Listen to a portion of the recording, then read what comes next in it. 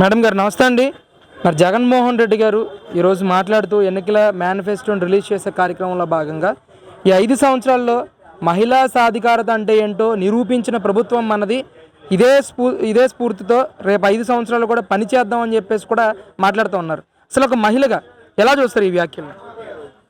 ఏ కుటుంబంలో చూసుకున్నా కూడా మొదటిసారి ముద్దులు పెట్టి ఒక మతతత్వ పార్టీలాగా ఫ్యామిలీ ప్యాకేజీకి మళ్ళీ వచ్చినటువంటి జగన్మోహన్ రెడ్డి ఈరోజు ఒకటే మేము అడుగుతా ఉన్నాం. ప్రతి ఒక్క పేద కుటుంబాలని మేము సందర్శించాం.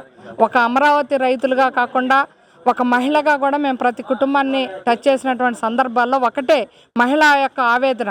ఒక రేషన్ కార్డు ఉండి పూరిగుడిసెలో ఉన్నటువంటి మహిళకి ఫస్ట్ సంవత్సరం యాస్టీజ్గా వేసినటువంటి సంక్షేమ పథకం రెండోసారి కానివ్వండి మూడోసారి ఇలాగ 4 విడతల్లో కూడా ఎటువంటిది వాళ్ళకి రాలేదు. దానికి కారణం కరెంటు బిల్లు అంటూ రకరకాలుగా కుంటి సాకులు చెబుతూ ఆ కుటుంబాలని లబ్ధి రాకుండా చేసినటువంటి గనుడు. ఈరోజు ఒక పేద కుటుంబంలో వాళ్ళు బతకాలంటే ఇసుకని ఎక్కువగా రేట్లు పెంచేసి దాని ద్వారా అనేక రంగాల్లో ఉన్నటువంటి వ్యాపారులని కానివ్వండి అనుబంధ రంగాల్లో ఉన్నటువంటి వాళ్ళని నిర్వీర్యం చేసి ఇటు స్టూడెంట్స్కి ఉద్యోగ అవకాశాలు లేకుండా అమరావతిలో స్టూడెంట్స్ చదువుకునేటువంటి పరిస్థితి, విద్యా వ్యవస్థను నాశనం చేసి గంజాయి మద్యం మొత్తులకి ఏర్పాటు చేసి ఈరోజు ఆంధ్ర రాష్ట్రాన్ని అతపాతాలానికి దొక్కి ఈరోజు మహిళా సాధికారతని ఏ ముఖం పెట్టుకొని మాట్లాడుతూ ఉన్నారని మేము అడుగుతున్నాం. ఈరోజు మద్యపాన నిషేధం చేస్తానని గతంలో మేనిఫెస్టోలో పెట్టి ఈరోజు మద్యపాన నిషేధం చేయకపోగా చీప్ లిక్కర్ని పెట్టేసి జగన్ బ్రాండ్లను తీసుకొచ్చి ఈరోజు ప్రాణాలు తీసి వాళ్ళ కిడ్నీలు కానివ్వండి లివర్లు పాడైపోయి హాస్పిటల్లో ఉండి అనేక రకాలుగా కుటుంబాలు నాశనం అయిపోయి మహిళమ్మ తల్లుల మెడలో తాళ్ళు బొట్టులు తెంచేటువంటి పరిస్థితి తీసుకొచ్చింది ఈ ప్రభుత్వం. ఈరోజు మాట్లాడుతూ ఉన్నారు మహిళా సాధికారతని. ఈరోజు అమ్మఒడి అని నానబుడ్డికి వెళ్తా రకరకాలుగా ఆర్థికంగా బలపడాల్సినటువంటి కుటుంబాలని అధపాతాళానికి తోకేసినటువంటి జగన్మోహన్ రెడ్డిని ఏ రకంగా నమ్ముతారు? మహిళలు అయితే చీకొడుతున్నారు. రాబోయే రోజుల్లో వాళ్ళు తెలుగుదేశం ప్రభుత్వానికి ఉమ్మడి పొత్తులో భాగంగా ఎవరైతే క్యాండిడేట్లు ఉన్నారో వాళ్ళందరికీ సైకిల్ గుర్తుకేసి చంద్రబాబు నాయుడు గారిని ముఖ్యమంత్రి తెచ్చేయడానికి కూడా అభివృద్ధిలో ఎవరైతే ముందుంటారో వాళ్ళకి గెలిపించుకోవడానికి ప్రజలంతా సిద్ధంగా ఉన్నారు. ముఖ్యంగా మీ అమరావతి ప్రాంతానికి సంబంధించి కూడా ఆయన మాట్లాడుతున్న పరిస్థితి శాసన రాజధానిగా అమరావతిని చేస్తానంటాం కానీ కర్నూలు న్యాయ రాజధానిగా చేస్తానంటాం కానీ అలాగే విశాఖపట్నాన్ని రేపొద్దున అధికారంలోకి వచ్చిన వెంటనే రాజధానిగా పరిపాలన రాజధానిగా చేసి తీరుతామని చెప్పి ఎన్నికల మేనిఫెస్టోలో పొందుపరచడాన్ని ఎలా చూడొచ్చు అంటారు మేడం? బిల్డ్ అమరావతి సేవ ఆంధ్రప్రదేశ్ ఈరోజు అమరావతి రైతులనే కాదు రాష్ట్ర ప్రజలను కూడా మభ్యపెడుతున్నాడు.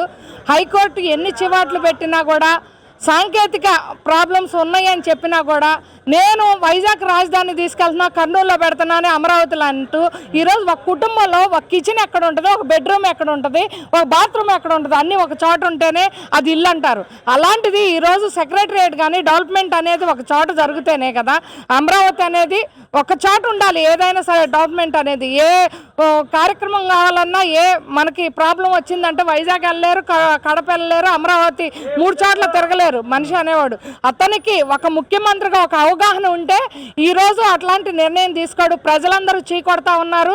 ముఖ్యంగా అమరావతి రాజధాని రైతులు ఎవరైతే భూములు ఇచ్చి ఆంధ్ర రాష్ట్ర ప్రజల అభివృద్ధి కోసం పాటుపడాలి, ఆంధ్ర రాష్ట్ర ప్రజలు బాగుపడాలి, ముఖ్యంగా విద్యార్థులు ఎవరైతే ఉన్నారో వాళ్ళంతా కూడా ఇతర రాష్ట్రాలకు వెళ్లకుండా ఇతర దేశాలకు వెళ్లకుండా ఆంధ్ర రాష్ట్రంలోనే పరిశ్రమలు కానీ డెవలప్మెంట్ అనేది వస్తుంది అమరావతి రాజధాని ఏర్పడితే అని భూములు ఇచ్చినటువంటి రైతమ్మ తల్లులు కడుపు కొట్టి ఈరోజు రకరకాల మాటలు మాట్లాడుతూ ఉన్నారు.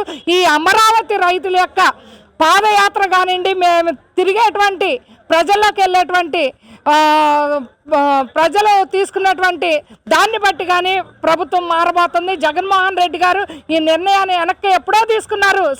న్యాయస్థానం ఎప్పుడో మొట్టికాయలు వేసినా కూడా ఆయన అనేక రకాలుగా కూడా న్యాయస్థానాన్ని ధిక్కరించి మాట్లాడేటువంటి పరిస్థితి ప్రజలు చూస్తూ ఉన్నారు. ఆయనలాగా తల్లిని చెల్లిని బయటికి గంటేసి హూ కిల్డ్ బాబాయ్ అని రాష్ట్రం మొత్తం చెప్పుకుంటున్నా కూడా ఈరోజు మాట్లాడతా కోడికత్తి డ్రామాలు ఎలక్షన్ రాగానే ఏదో ఒక దెబ్బ తగిలిందనే డ్రామాలు ఆడేటువంటి మనిషిని ఎవరూ నమ్మరు. ఈరోజు అమరావతి రాజధాని రైతులను కూడా అలాగే నిర్వీర్యం చేశాడు. ఆయన పరిస్థితి ఏంటి అనేది ప్రజలందరికీ అర్థమైపోయింది. కోడికత్తి డ్రామా లాగే ప్రజల్ని మాయ చేసి మభ్యపెట్టి రూపాయి ఇచ్చి 10 రూపాయలు జేబులో వేసుకున్నటువంటి ముఖ్యమంత్రి మాకొద్దు, అభివృద్ధి మాకు కావాలనే స్థాయిలో ప్రజలంతా కూడా సైలెంట్గా ఉన్నారు.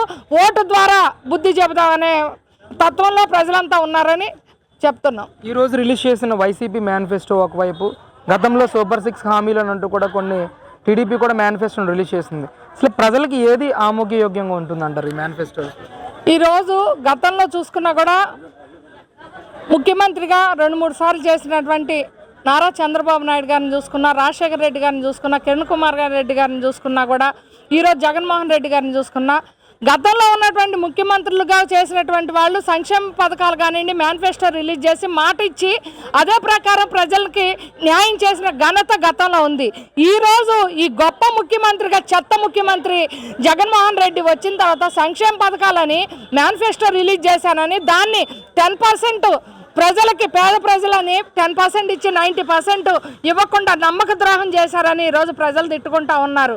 దానికి కారణం ఆయన చేత ఆయన సంక్షేమ పథకం అని అడ్డం చెప్పుకొని ఆయన మాట్లాడే మాటలు కానివ్వండి, ఆయన చేసినటువంటి పథకాల ద్వారానే ఆయనే ఈరోజు చాలా ఇబ్బంది పడేటువంటి పరిస్థితి.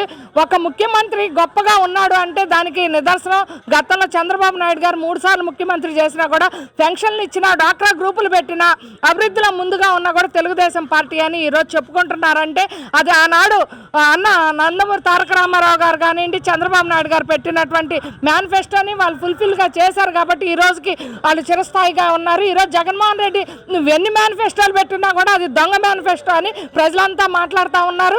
ఈ రోజు మిమ్మల్ని నమ్మటం కాదు కదా, మిమ్మల్ని బయటికి నెట్టేటువంటి రోజులు దగ్గర పడ్డాయి. అమరావతి రైతులుగా మీరు కూడా ఎన్నికల ప్రచారంలో పాల్గొంటూ ఉన్నారు, మీ నియరెస్ట్ ప్రాంతాల్లో ఉన్న నియోజకవర్గాల్లో. అసలు ప్రజల నుంచి ఎలాంటి అభిప్రాయం వ్యక్తం అవుతుందంటారు ఈరోజు? ఒకటేనండి, అమరావతి రైతులను చూసిన ప్రతి ఒక్క కుటుంబాల్లో కూడా ఎవరైతే మేము వెళ్ళి అమరావతి రైతులు అమ్మ అంటే వాళ్ళు సాధారణంగా స్వాగతిస్తున్నారు. రాజధాని కోసం, మా బిడ్డల కోసం మీరు త్యాగం చేశారు. ఈరోజు ఆంధ్ర రాష్ట్ర ప్రజలు, మా పిల్లలు ఉద్యోగ అవకాశాలు వస్తే మా పక్కనే ఉంటారు, మా ఇళ్లలో మా దగ్గరలో ఉంటారు. ఈరోజు పక్క రాష్ట్రాలకు వెళ్తే మాకు 2nd కేటగిరీలో మా పిల్లల్ని చూస్తున్నారు కానీ ఏదైనా కూడా మా పిల్లలు చదువుకున్నా కూడా ఉద్యోగ అవకాశాలు రావట్లేదు. అదే గతంలో ఎవరైతే ఉమ్మడి పొత్తులో భాగంగా ఈరోజు చంద్రబాబు నాయుడు గారు గెలిస్తే రేపు అమరావతి రాజధాని బాగుంటుంది, అదే మేము ఆలోచిస్తున్నాం. రాష్ట్ర అభివృద్ధి కోసం ఎవరైతే పాటు పడతారో వాళ్ళకే మా ఓటు అని ప్రతి ఒక్కళ్ళు కూడా ఇంటింటికి వెళ్తే మా అందరికీ కూడా ధైర్యాన్ని చెప్పి పంపిస్తూ ఉన్నారు. Thank you madam.